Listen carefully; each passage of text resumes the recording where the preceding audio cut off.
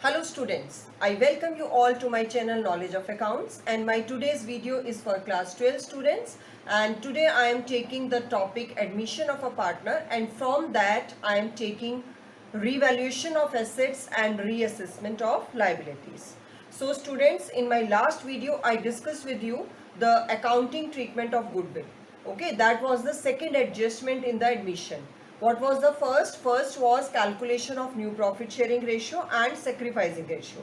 And the second adjustment which I took in two videos or in two parts I have prepared that was accounting treatment of goodwill. Okay, at the time of admission. Today I am taking the third adjustment, that is revaluation of assets and reassessment of liabilities. So without wasting time, let's start. And if you have not watched my earlier videos, so I will share the link in the description box so you can watch them if you have missed them out. So now I am taking what is the revaluation of assets and reassessment of liabilities. Whenever admission of a partner is there, यानी जब भी business में एक नए partner को admit किया जाता है, in that case जो एसेट्स होती हैं हमारी पहले से बिजनेस में, उनको एक बारी मार्केट वैल्यू के हिसाब से रीवैल्यू किया जाता है, और जो लाइबिलिटीज होती हैं उनको भी रीअसेस किया जाता है. सो उसके लिए पीछे पर्पस क्या है हमारा, कि वो करने का पर्पस है हमारा कि अगर जो नया पार्टनर आ रहा है, he should not get extra loss और extra income from the liabilities and assets. Okay, जैसे कि अगर कोई एसेट्स की वैल्यू बहुत बढ़ चुकी है, ओके, एंड न्यू पार्टनर ने ज्वाइन किया, तो क्या होगा कि वो जो एसेट की इंक्रीज्ड वैल्यू है उससे नए पार्टनर को बहुत ज़्यादा बेनिफिट मिलेगा, बिकॉज जब भी उस एसेट को सोल्ड आउट किया जाएगा, so that will give him the benefit. और उसी एसेट की वैल्यू अगर डिक्रीज हो जाती है, लाइक अगर हम मशीनरी या इनकी बात करें, क्योंकि डेप्रिसिएशन के बाद उनकी मार्केट वैल्यू बहुत डिक्रीज हो जाती है, सो वो डिक्रीज वैल्यू से उसको लॉस भी ना हो. सो इसी रीजन से जब भी पार्टनरशिप में कुछ चेंज होगा, सो एक तो गुडविल वैल्यू की जाएगी, दूसरा हमारा क्या किया जाएगा, एसेट्स एंड लाइबिलिटीज को रीवैल्यू एंड रीअसेस किया जाएगा. ओके, लाइबिलिटीज के लिए हम रीवैल्यू नहीं बोलते हैं, रीअसेस बोलते हैं, क्योंकि लाइबिलिटीज को हमें पे ऑफ करना होता है, and assets are revalued. Okay, so assets and liabilities को रीवैल्यू एंड रीअसेस करने से क्या होता है कि जो भी प्रॉफिट या लॉस होना है, that should be borne by the old partners, not by the new partner. Okay, कि अगर तो लॉस हो रहा है तो भी वो ओल्ड पार्टनर बियर करेंगे, और अगर प्रॉफिट हो रहा है तो भी वो ओल्ड पार्टनर बियर करेंगे या उसको गेन करेंगे. But the new partner is not to be born losses, और you can say he will not bear the losses and he will not even gain the profit also. Okay, so इसमें आपको क्या करना पड़ता है, revaluation account बनाना पड़ता है. Okay, so I have taken both the concepts, कि पहले मैंने अकाउंट समझा दिया आपको, क्योंकि अकाउंट जल्दी से याद हो जाता है. सो अकाउंट का फॉर्मेट आप लर्न कर लें. In few question they ask you to prepare account, but in few question they ask to pass the journal entry, so I have taken that also. Okay, so students, see revaluation, it is a nominal account. Okay, इसको अब आप अगर nominal account के हिसाब से देखेंगे तो इसमें हमें जो रिकॉर्डिंग करनी है वो नॉमिनल के अकॉर्डिंग करनी है. सो नॉमिनल अकाउंट का मतलब क्या है, डेबिट में सारे एक्सपेंसेस एंड लॉसेस, क्रेडिट में सारे इनकम्स एंड गेन्स, है ना. सो ये आपको बहुत क्लियर अगर है तो आप बहुत अच्छे से इसको याद कर सकते हैं. ठीक है, अब आते हैं हम इसमें, क्योंकि सिर्फ एसेट और लाइबिलिटीज आएंगी, एक्सपेंसेस वाला पार्ट नहीं आता है. ठीक है, लेकिन इसका जो फॉर्मेट है या पर्पस है वो वही है, loss to be recorded on debit, profit to be recorded on credit. ठीक है, लेकिन इसमें सिर्फ एसेट्स और लाइबिलिटीज आएंगी, ये याद रखेंगे, और उनकी भी कौन सी वैल्यू आएगी, चेंज्ड वैल्यू. दैट मीन्स आप rather than change value you should say increased और डिक्रीज विल कम. ओके, कि जो इंक्रीज हुआ है, लाइक अगर 20,000 से वैल्यू बढ़ गई है तो वो इंक्रीज 20,000 इसमें रिकॉर्ड होगा, और अगर 20,000 कम हो गई है तो वो डिक्रीज रिकॉर्ड होगा. ना ओरिजिनल वैल्यू पहले वाली रिकॉर्ड होगी, ना जो अब न्यू वैल्यू है वो रिकॉर्ड होगी. So only the increase and decrease will be recorded in this account. So सबसे पहले हम लेते हैं टू एसेट अकाउंट. अब एसेट को हम क्रेडिट कब करते हैं, जब भी उसकी वैल्यू डिक्रीज होती है. सो डेबिट साइड में, क्योंकि वो लॉस ही है, एसेट की वैल्यू डिक्रीज होना मीन्स लॉस होना. सो आप इसको क्या लेंगे, टू एसेट अकाउंट. जो भी एसेट है, हम इसमें टोटल नहीं लेते हैं, हम इसमें अलग अलग एसेट्स लेते हैं. लाइक अगर आपका स्टॉक की वैल्यू बढ़ रही है, ओके, सो वो आपका क्रेडिट में आ जाएगा। लेकिन अगर स्टॉक की वैल्यू डिक्रीज हो रही है तो it will come here. So decrease in value will come here, यानी जो डिक्रीज वैल्यू है वो यहाँ आएगा। टू लाइबिलिटी, अगर लाइबिलिटी बढ़ती है तो वो क्रेडिट होती है। सो लाइबिलिटी आपकी इंक्रीज होगी तो वो डेबिट साइड में आएगी। Clear? And then any unrecorded liability, कोई भी आपकी अनरिकॉर्डेड लाइबिलिटी है वो भी आपकी कहाँ आ जाएगी? डेबिट साइड में, क्योंकि वो टू लाइबिलिटी करके आएगी। लाइक अगर उन्होंने बोला कि one outstanding expenses we have not recorded, तो आउटस्टैंडिंग एक्सपेंसेस आर लाइबिलिटी, तो आप क्या शो करेंगे? टू आउटस्टैंडिंग एक्सपेंसेस, तो वो लाइबिलिटी यहाँ रिकॉर्ड हो गई। ठीक है। फिर टू पार्टनर्स कैपिटल, अगर कोई पार्टनर की रेम्युनरेशन रह गई है देने से, वो यहाँ आ जाएगी। फिर अगर आपके कोई एक्सपेंसेस जो पेड ऑफ नहीं हो पाए हैं, छूट गए हैं सॉरी, वो भी आप यहीं पर लेंगे टू कैश और बैंक अकाउंट एक्सपेंसेस, क्योंकि एक्सपेंसेस को हम डेबिट में ही रिकॉर्ड करेंगे। और लास्ट में हमारा क्या आ जाएगा? टू ओल्ड पार्टनर्स कैपिटल और current account with the gain in the revaluation. Revaluation में जो भी आपका प्रॉफिट हो रहा है, अगर आपकी क्रेडिट साइड ज्यादा है और डेबिट साइड कम है तो आपका प्रॉफिट आएगा, तो profit will be shown in the debit side. तो उसको आप कैसे दिखाएंगे? टू ओल्ड पार्टनर्स कैपिटल और करंट अकाउंट इन ओल्ड रेशियो। ओल्ड रेशियो यानी सारे पार्टनर्स के नाम आएंगे। मैंने यहाँ पर एक वर्ड लिया पार्टनर्स कैपिटल और करंट अकाउंट, लेकिन आपने अलग अलग लिखना है। लाइक अगर 3 पार्टनर्स है ए, बी एंड सी, तो you will write to A's capital account, to B's capital account, to C's capital account. And जो प्रॉफिट आएगा वो आप डिस्ट्रीब्यूट कैसे करेंगे, या गेन आएगा वो कैसे डिस्ट्रीब्यूट होगा? इन ओल्ड रेशियो। जो ओल्ड रेशियो आपको क्वेश्चन में दी होगी उसी के बेसिस पे आप उसको डिस्ट्रीब्यूट करेंगे। और अगर क्वेश्चन में कोई भी रेशियो ना दी हो ओल्ड वाली, तो हमारी ओल्ड रेशियो क्या होती है? इक्वल।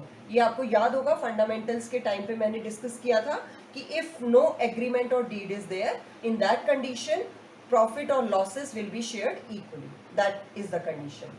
अब हम आते हैं क्रेडिट साइड पे। क्रेडिट साइड में क्योंकि एसेट को डेबिट कब किया जाता है? जब उसकी वैल्यू इंक्रीज होती है। तो बाय एसेट अगर वैल्यू इंक्रीज हो रही है, और बाय लाइबिलिटी अगर वैल्यू डिक्रीज हो रही है। क्लियर?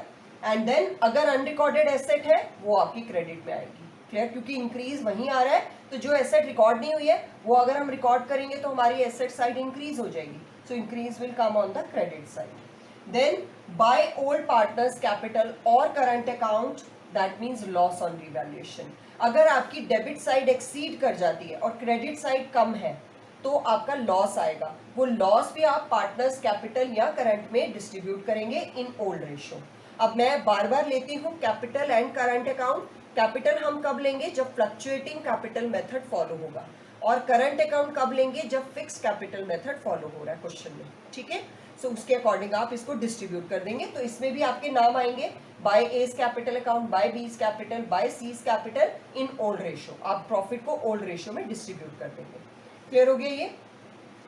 सो इसके अंदर आप ऐसे भी रिकॉर्ड याद कर सकते हैं कि यहाँ पर आपके जो जिससे आपको लॉस हो रहा है वो रिकॉर्ड करेंगे, यहाँ जिससे आपको प्रॉफिट हो रहा है वो रिकॉर्ड करेंगे। क्लियर है?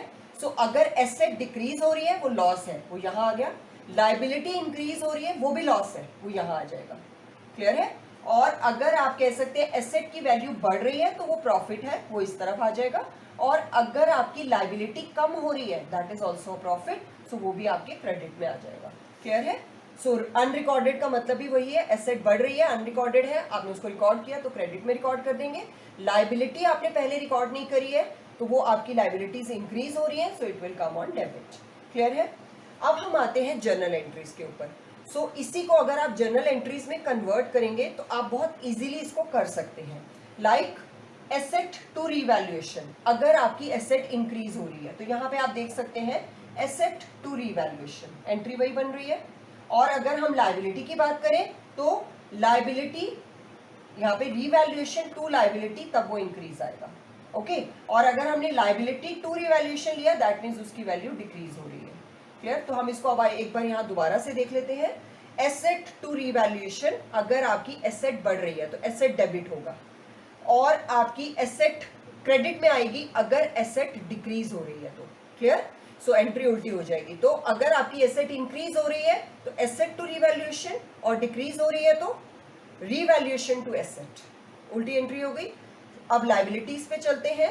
अगर आपकी लाइबिलिटी इंक्रीज हो रही है तो आपकी एंट्री आएगी रीवैल्यूएशन टू लाइबिलिटी। लाइबिलिटी को क्रेडिट में लिखेंगे तभी उसकी वैल्यू इंक्रीज होती है। और अगर उसकी वैल्यू डिक्रीज हो रही है तो उल्टी एंट्री हो जाएगी लाइबिलिटी टू रीवैल्यूएशन। क्लियर है? और अगर आपके 4-5 एसेट्स एक साथ बढ़ रहे हैं तो उन चारों को आप डेबिट में लिखेंगे, क्रेडिट में एक ही बार रीवैल्यूएशन भी लिख सकते हैं। क्लियर?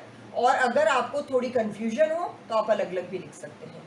सो रीवैल्यूएशन की एंट्रीज आप ऐसे पास करेंगे। ये 4 एंट्रीज तो बहुत क्लियर हो गई।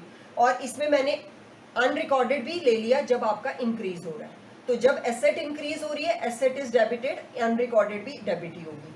ओके? और अगर आपकी जो अनरिकॉर्डेड लाइबिलिटी है तो वो क्रेडिट होगी। तो रीवैल्यूएशन टू लाइबिलिटी। ओके? सो अब हम आते हैं प्रॉफिट या लॉस को जो आपने डिस्ट्रीब्यूट करना है। अगर आपकी अब आप इसमें लॉस या प्रॉफिट कैसे निकालेंगे, आप ये देखेंगे कि रीवैल्यूएशन को हमने कितने से डेबिट किया है, कितने से क्रेडिट किया है। ओके? अब हमने पहले देखा कि हमारा जो रीवैल्यूएशन हमने 4 एंट्रीज में डेबिट किया।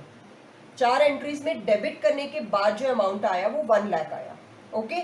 और जो क्रेडिट किया वो सिर्फ 2 एंट्रीज में किया और उसका जो अमाउंट आया वो 80,000 आया। तो जो 20,000 का डिफरेंस है, रीवैल्यूएशन एक्सेस डेबिट हो रहा है, दैट मीन्स आपको लॉस हो गया है। तो आपका रीवैल्यूएशन को आप 20,000 से क्रेडिट कर देंगे। क्लियर है? यानी आपने डेबिट और क्रेडिट को इक्वल करना है रीवैल्यूएशन को। मैं सिर्फ रीवैल्यूएशन की बात कर रही हूँ। अगर आपका रीवैल्यूएशन चारों एंट्रीज के अंदर डेबिट 1 लाख से है, क्रेडिट 80,000 से है, तो जो 20,000 कम क्रेडिट है वो आप क्रेडिट कर देंगे और डेबिट में क्या लिख देंगे, पार्टनर्स कैपिटल अकाउंट। और कौन से partners? Old partners capital account. इसमें न्यू पार्टनर को कोई शेयर नहीं मिलेगा। सो ओल्ड पार्टनर्स कैपिटल और current account debited to revaluation in their old ratio. Old ratio में डिस्ट्रीब्यूट कर देंगे लॉस को। और अगर आपके डेबिट में अमाउंट कम है और क्रेडिट में ज्यादा है, ठीक है, क्रेडिट का रीवैल्यूएशन 1,50,000 आ रहा है और डेबिट का रीवैल्यूएशन 1 लाख आ रहा है, तो जो 50,000 है उसको आप फिर से डेबिट कर देंगे, यानी डेबिट और क्रेडिट रीवैल्यूएशन इक्वल हो जाएगा।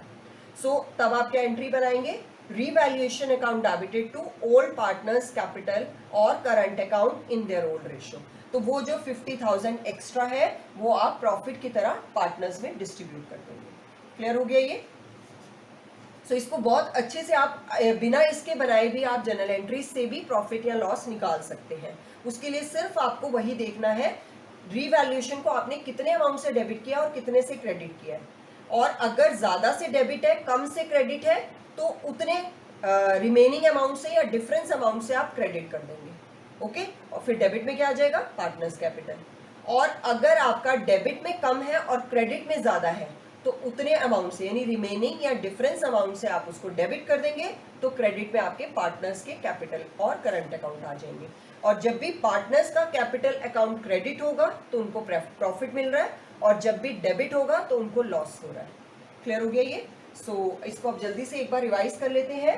रीवैल्यूएशन को नॉमिनल की तरह बनाएंगे, जितने भी बेनिफिट्स होंगे वो आपके डेबिट में आ जाएंगे, और जितने भी लॉसेस होंगे वो डेबिट में आ जाएंगे, और जो प्रॉफिट्स होंगे वो क्रेडिट में आ जाएंगे। और एंट्रीज को, इसी को जब आप एंट्रीज में फ्रेम करेंगे तो आपने क्या करना है, एसेट को कब डेबिट करना है, जब वो इंक्रीज हो रही है, और डिक्रीज होगी तो क्रेडिट। लाइबिलिटी आपकी इंक्रीज होगी तो क्रेडिट, और डिक्रीज होगी तो तब आप डेबिट कर देंगे। और अगर आप लॉस बांट रहे हैं तो आपके पार्टनर्स के कैपिटल अकाउंट डेबिट होंगे और रीवैल्यूएशन क्रेडिट होगा। और अगर आप प्रॉफिट डिस्ट्रीब्यूट कर रहे हैं तो रीवैल्यूएशन डेबिट होगा और पार्टनर्स कैपिटल अकाउंट क्रेडिट होंगे। सो होप मैंने ये बहुत अच्छे से आप लोगों को क्लियर कर दिया है। सो इसके लिए अब आप न्यूमेरिकल सॉल्व कीजिए एंड कीप प्रैक्टिसिंग। और स्टिल अगर कोई भी कंसेप्ट इसमें से क्लियर नहीं है तो you can ask. So students, hope you must have understood and liked the video. So share it with your friends and keep solving the numericals and keep watching the channel. And I will be sharing the links of the previous videos in the description box. So watch them also. So students, see you in my next video. Till then, bye bye.